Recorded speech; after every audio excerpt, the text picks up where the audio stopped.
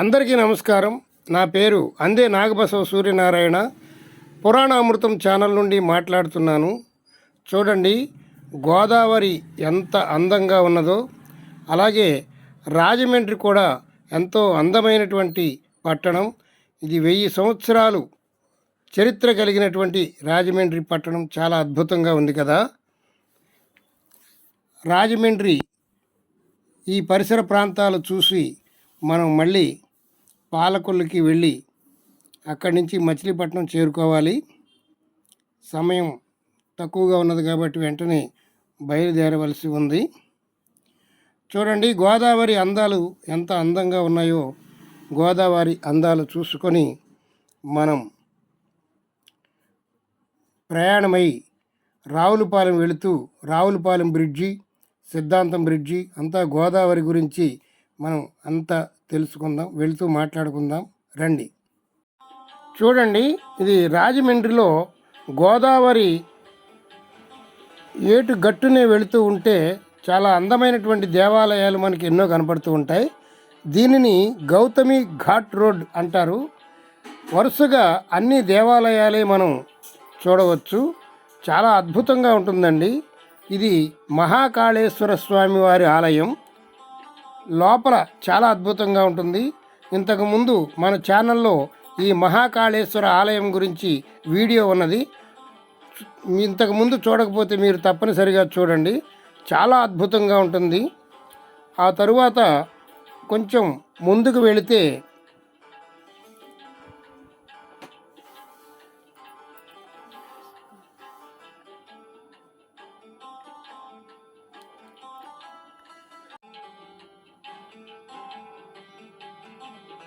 చూడండి, రోడ్డు ప్రక్కన ఎంత ఆహ్లాదకరమైనటువంటి అందమైనటువంటి కట్టడాలు మనకు కనబడుతున్నాయి. అదిగోనండి, మనకి ఎత్తుగా కనబడుతుంది. అది అక్షరకోటి గాయత్రి శ్రీచక్ర పీఠం అనేటువంటి అద్భుతమైనటువంటి టెంపుల్. ఈ గాయత్రి మాత వీడియో కూడా మన పురాణామృతం ఛానల్లో ఉన్నది. అక్షరకోటి గాయత్రి శ్రీచక్ర పీఠం అని శీర్షికతో ఉంటుంది. చాలా అద్భుతంగా ఉంటుంది వీడియో, చూడండి. ఆ తరువాత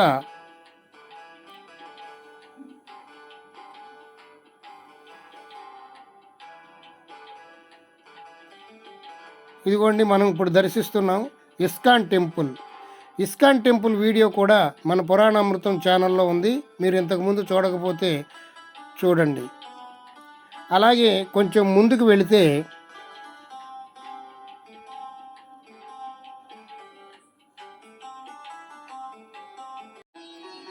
ఇదేనండి శ్రీ జ్ఞాన సరస్వతి పీఠం. క్రొత్తగా నిర్మిస్తున్నారు. చాలా అద్భుతంగా ఉంది. చాలా భారీగా నిర్మాణం జరుగుతున్నది. ఆ ప్రక్కనే గోదావరి ఉంది.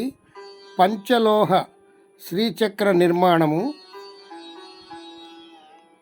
చాలా అద్భుతంగా ఉంది.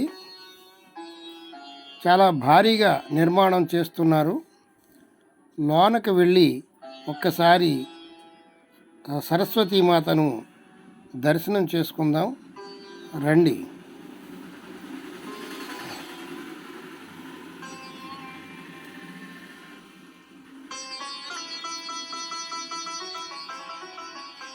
జై సరస్వతి మాతా కీ జై.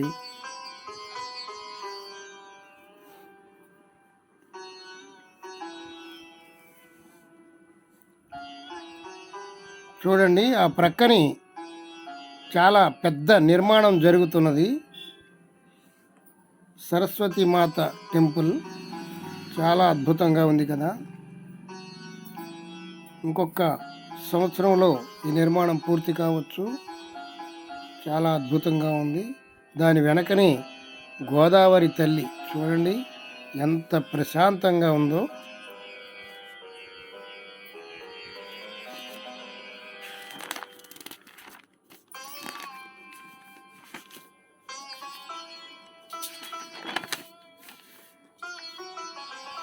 వేదంలా ఘోషించే గోదావరి అమరధామంలా విలసిల్లి రాజమహేంద్రి. శతాబ్దాల చరితగల సుందర నగరం గత వైభవ కీర్తులకు కమ్మని కావ్యం, వేదంలా ఘోషించే గోదావరి గోదావరి.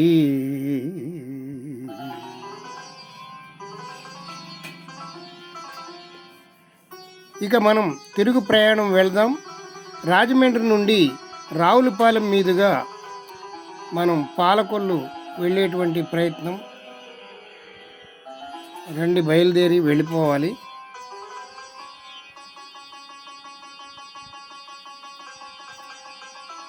ఇదేనండి గోదావరి రైల్ కమ్ రోడ్డు వంతెన.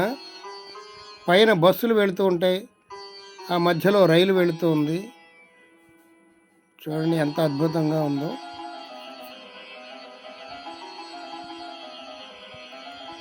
గోదావరి తల్లిని ఎంతసేపు చూచినా తనివి తీరడం లేదు. వదిలిపెట్టి వెళ్ళాలంటే కూడా మనసు అంగీకరించడం లేదు. చాలా అద్భుతంగా ఉంది. ఈ పరిసర ప్రాంతాలు చాలా ప్రశాంతంగా ఉన్నాయి. చూడండి గోదావరి తల్లిని. జై గోదావరి మాతాకి జై. రాజమండ్రిని బయలుదేరి మేము పాలకొల్లు వచ్చేస్తున్నామండి. ఇది గోదావరి మీద, వశిష్ఠ గోదావరి మీద ఉన్నటువంటి కొత్తగా నిర్మించబడిన వంతెన. వంతెన చాలా అద్భుతంగా ఉంది. చూడండి, ఈ వంతెన దాటగానే మనకి రావులపాలెం వస్తుంది. చూడండి గోదావరి నది ఎంత అందంగా ఉన్నదో.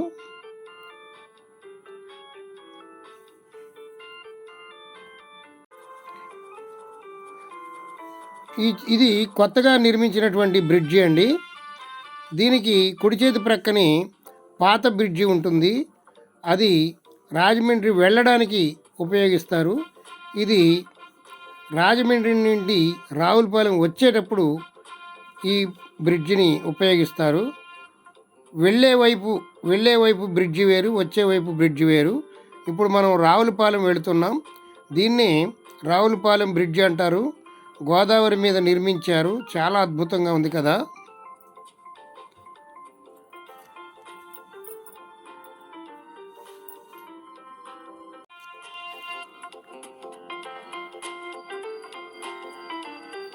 చూడండి గోదావరి ఎంత అందంగా ఉన్నదో.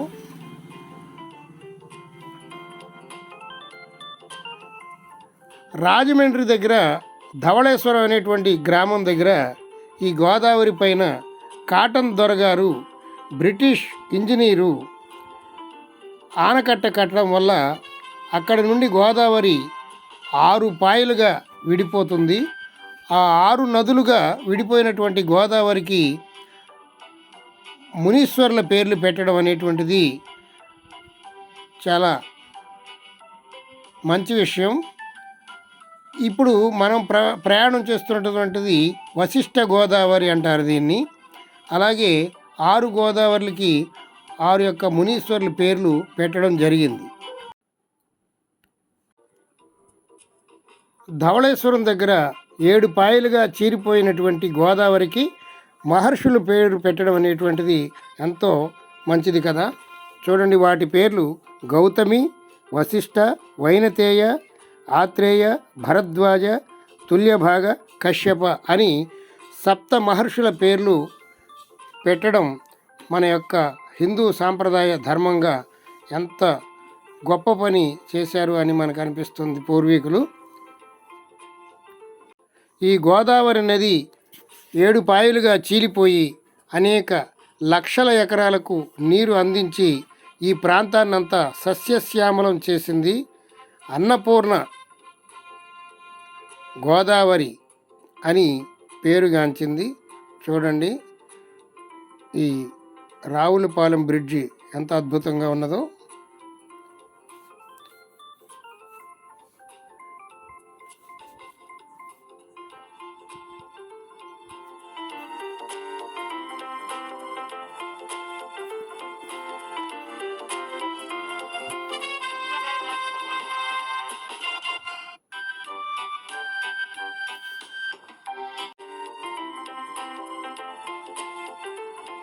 ఆ ప్రక్కనే బస్సు వెళుతూ ఉంది చూడండి, అది పాత బ్రిడ్జి.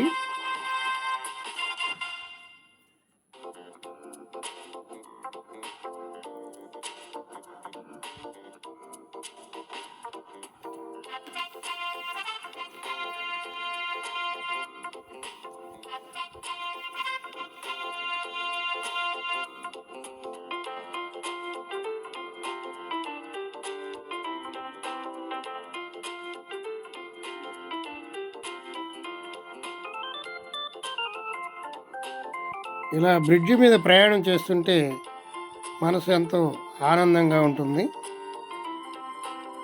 అదిగోండి రావులపాలెం దగ్గరికి వచ్చేస్తున్నాం. మనకి దూరంగా కనబడుతున్నటువంటిది అది ఒక కాలేజీ బిల్డింగ్ అనుకుంటా, నాకైతే సరిగ్గా తెలియదు, మీకు తెలిస్తే కామెంట్ చేయండి. మనం రావులపాలెం దగ్గరకు వచ్చేసాం.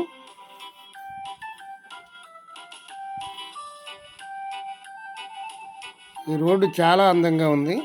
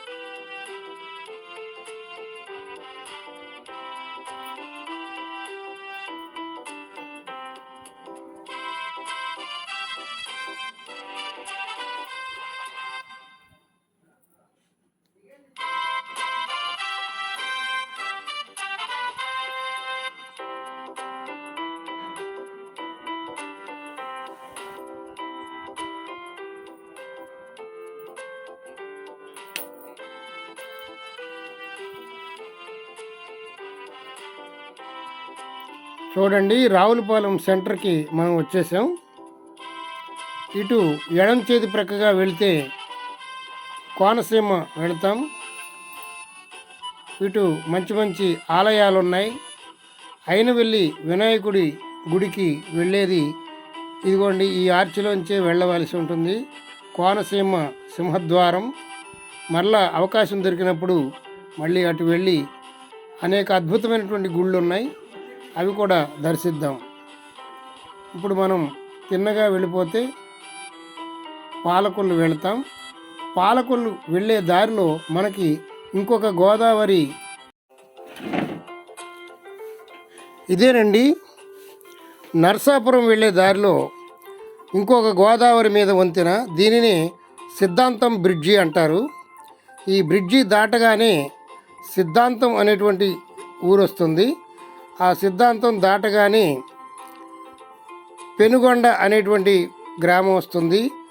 ప్రపంచ ప్రసిద్ధిగాంచినటువంటి శ్రీ వాసవి కన్యకా పరమేశ్వరి అమ్మవారి ఆలయం ఈ సిద్ధాంతం దాటిన తర్వాత పెనుగొండలో ఉంటుంది. శ్రీ వాసవి కన్యకా పరమేశ్వరి ఆలయం కూడా మన పురాణామృతం ఛానల్లో ఉన్నది. చాలా అద్భుతంగా ఉంటుంది టెంపుల్. 90 అడుగుల పంచలోహ విగ్రహం, ప్రపంచంలో ఎక్కడా లేనటువంటి 90 అడుగుల పంచలోహ విగ్రహం, వాసవి కన్యకా పరమేశ్వరి వారి విగ్రహం చాలా అద్భుతంగా ఉంటుంది. జీవితంలో ఒక్కసారైనా చూడవలసినటువంటి క్షేత్రం అది పెనుగొండ క్షేత్రం. ఇప్పుడు సిద్ధాంతం బ్రిడ్జి దాటిపోయాం. ఇక పెనుగొండ వెళ్ళి అక్కడి నుంచి పాలకొల్లు వెళ్ళిపోతాం. చూడండి వీడియో. మా పురాణ అమృతం ఛానల్ని సబ్స్క్రైబ్ చేసుకోండి, లైక్ చేయండి. మరిన్ని వీడియోలు మీకు అందుతూ ఉంటాయి. ఇది చూశారు కదా journey video. Road come journey చాలా అద్భుతంగా ఉంది. ఈ వీడియో చూసి కామెంట్ తెలియజేసేందుగా ప్రార్థిస్తున్నా. జై హింద్.